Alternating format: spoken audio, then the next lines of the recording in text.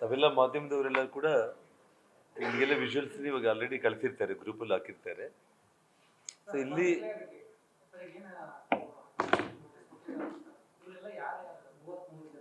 ನಮ್ಮವ್ರು ಅದನ್ನು ಕೂಡ ನಿಮಗೆ ವಾಟ್ಸಪ್ ಹೋಗ್ಬಿಡ್ತೀವಿ, ವಾಟ್ಸಪ್ ಆಗಿಬಿಡ್ತೀವಿ ನಾವೆಲ್ಲ ಕಂಪ್ಲೀಟ್. ಇಲ್ಲ 107 ಆಗಿದೆ. ಇಲ್ಲ ರೀ, ಕೆಲವೊಂದು ಮಹಿಳೆಯರಿದ್ದಾರೆ, ಕೆಲವೊಂದು ಪುರುಷರು ಕೂಡ ಇದ್ದಾರೆ.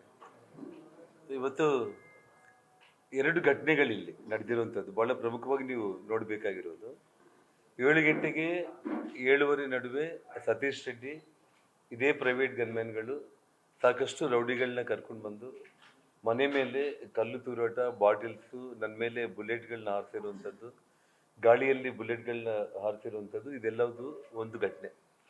ಅದರಲ್ಲಿ ಪ್ರಮುಖ ಆರೋಪಿ ಸತೀಶ್ ರೆಡ್ಡಿ ಮತ್ತು ಇನ್ನಿತರರು.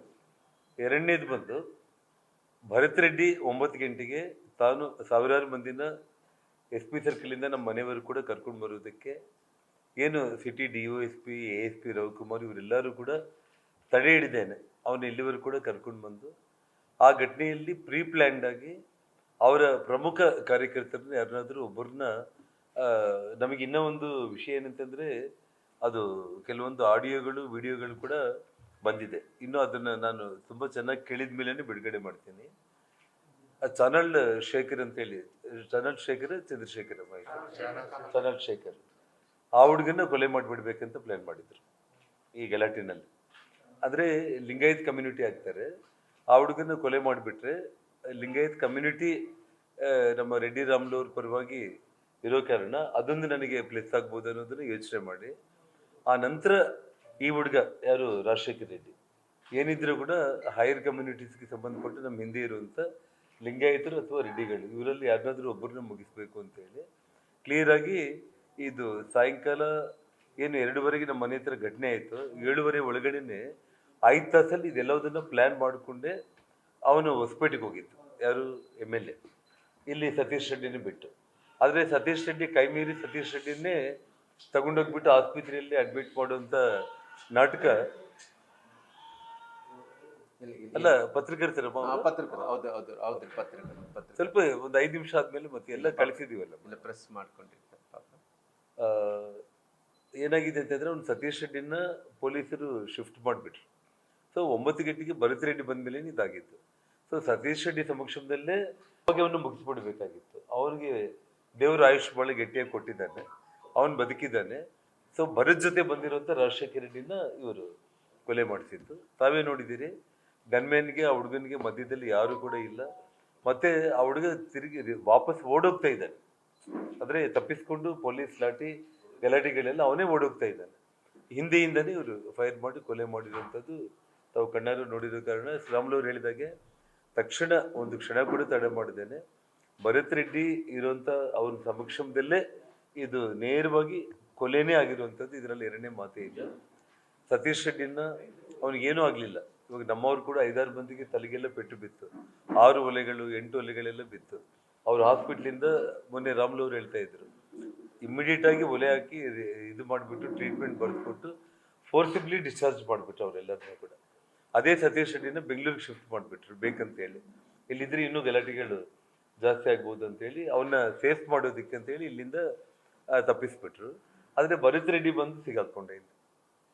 ಅವನ ಕುಡಿದ ಅಮಲಲು ಗಾಂಜಾನೋ ಇನ್ನೊಂದು ಗೊತ್ತಾಗ್ಲಿಲ್ಲ ಆಗಲಿ ಮೀಡಿಯಾದಲ್ಲಿ ಮಾತಾಡ್ತಾ ಜನಾರ್ದನ್ ರೆಡ್ಡಿ ಮನೆ ಸುಟ್ಟು ಬಿಡ್ತೀನಿ, ನಾನು ಬಳ್ಳಾರಿ ಭಸ್ಮ ಮಾಡಿಬಿಡ್ತೀನಿ, ನಾನು ತಾಳ್ಮೆ ಕಳ್ಕೊಂಡ್ಬಿಟ್ರೆ, ಮತ್ತು ಜನಾರ್ದನ್ ರೆಡ್ಡಿನ ಸಾಯಿಸ್ಲಿಕ್ಕೆ 1000 ಮಾರ್ಗಗಳಿದೆ ನನ್ನ ಹತ್ರ, ಇವೆಲ್ಲ ಏನು ಆ ಗಾಂಜಾನೋ ಕುಡಿದ ಅಮಲಲ್ಲಿ ಮಾತಾಡ್ಬಿಟ್ಟ.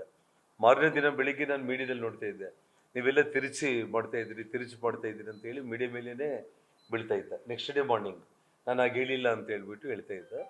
ಸೊ ಹಾಗಾಗಿ ಭರತ್ ರೆಡ್ಡಿನ ಸತೀಶ್ ರೆಡ್ಡಿನ ತಕ್ಷಣ ಬಂಧನ ಮಾಡಿಬಿಡ್ಬೇಕು ಪೊಲೀಸರು. ಇನ್ನೊಂದೇನೆಂದರೆ ಪಕ್ಷದ ಕಡೆಯಿಂದ ಈಗಾಗಲೇ ಕೋರ್ ಕಮಿಟಿಯಲ್ಲಿ CBI ಎಂಕ್ವೈರಿ ಆಗಬೇಕು ಅಂತೇಳಿ ತೀರ್ಮಾನ ಮಾಡಿ ಪಕ್ಷ ಈಗಾಗಲೇ ಇದನ್ನು ಘೋಷಣೆ ಮಾಡಿರುವಂಥದ್ದು. ಎರಡನೇದು 17ನೇ ತಾರೀಕು ಬಳ್ಳಾರಿಯಲ್ಲಿ ದೊಡ್ಡ ಮಟ್ಟದ ಒಂದು ಪ್ರತಿಭಟನಾ ರ್ಯಾಲಿ ಹಮ್ಮಿಕೊಳ್ಳೋದಕ್ಕೆ ನಿನ್ನೆ ರಾಜ್ಯಾಧ್ಯಕ್ಷರು ವಿಜೇಂದ್ರ ಅವರು ನನಗೆ ಫೋನ್ ಮೂಲಕ ತಿಳಿಸಿದ್ದಾರೆ. ಆ ವಿಷಯದಲ್ಲಿ ಇವತ್ತು ಸಂಜೆ ಒಳಗಡೆ 17 ಜನವರಿ ಬಳ್ಳಾರಿಯಲ್ಲಿ ಒಂದು ದೊಡ್ಡ ಪ್ರತಿಭಟನಾ ರ್ಯಾಲಿ ಅಂದ್ರೆ ಅದು ಸಮಾವೇಶ ಕೂಡ ಆಗುತ್ತೆ. ಪ್ರತಿಭಟನೆ ರ್ಯಾಲಿ. ಪ್ರತಿಭಟನಾ ರ್ಯಾಲಿ ಆಟೋಮೆಟಿಕ್ ಆಗಿ ಅದು ಸಮಾವೇಶ. ಹಾ ಅಲ್ಲ, ಅದನ್ನ ಇವತ್ತು ಸಂಜೆ ಒಳಗಡೆ ಏನು ಒಂದು ದಿನಾಂಕ ಫಿಕ್ಸ್ ಮಾಡಿದ್ದಾರೆ. ಅದ್ರ ಬಗ್ಗೆ ನಾವು ಶ್ರಾಮ್ಲವರು ಮತ್ತು ನಾಯಕರುಗಳ ಜೊತೆ ಮಾತಾಡಿದ ಮೇಲೆ ಮತ್ತೆ ಕ್ಲಾರಿಟಿನ ಕೊಡ್ತೀವಿ. ಇನ್ನೊಂದು ನಿನ್ನೆ DK ಶಿವಕುಮಾರ್ ಅವರು ಮೊನ್ನೆ ಅವರು ಮಾತಾಡಿದ್ದು ಹಗುರವಾಗಿ ದುರಹಂಕಾರದ ಮಾತುಗಳಂತ ಅವ್ರಿಗೆ ಅರ್ಥ ಆಯ್ತು. ಆದರೂ ಕೂಡ ನಿನ್ನೆ ಪ್ರೆಸ್ ಮೀಟ್ ಮಾಡೋ ಟೈಮ್ನಲ್ಲಿ ಜನಾರ್ದನ್ ರೆಡ್ಡಿ ಅವ್ರಿಗೆ ಏನಾದರೂ ಗುಂಡು ಇಲ್ಲಿ ಬಿತ್ತ ಅಥವಾ ಇಲ್ಲಿ ಬಿತ್ತ ಅಥವಾ ಎಲ್ಲಿ ಬಿತ್ತು ಅಂತಂದ್ರೆ, ಅಂದ್ರೆ ಇಲ್ಲಿ ಬಿತ್ತು ಅಂದ್ರೆ ಮನುಷ್ಯ ಏನಾಗ್ತಾನೆ, ಸಾಯ್ತಾನೆ.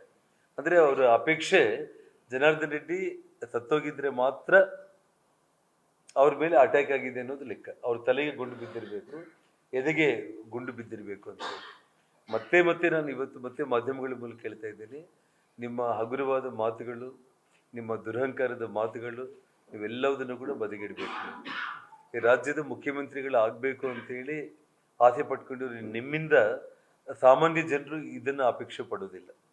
ಒಬ್ಬ ಶಾಸಕನಿಗೆ, ಒಬ್ಬ ಮಾಜಿ ಸಚಿವನಿಗೆ, ಒಬ್ಬ ಭಾರತೀಯ ಜನತಾ ಪಕ್ಷದ ನಾಯಕನಿಗೆ ಈ ರೀತಿ ರಕ್ಷಣೆ ವಿಷಯದಲ್ಲಿ ನಾವು ಕೇಳಿದಾಗ ಅವ್ರಿಗೇನು ಎಲ್ಲಿ ಗುಂಡೇಟು ಬಿತ್ತು ಅಂತೇಳಿ ತಲೆ ಎದೆ ತೋರಿಸ್ತಾರೆ ಅಂತಂದ್ರೆ, ಆ ತಲೆಗೆ ಮತ್ತು ಎದೆಗೆ ಬಿದ್ದರೆ ಮನುಷ್ಯ ಬದುಕಿರೋದಿಲ್ಲ ಅನ್ನೋದು ಅಷ್ಟು ಇಂಗಿತ ಜ್ಞಾನ ಕೂಡ ಇರಬೇಕಾಗಿತ್ತು.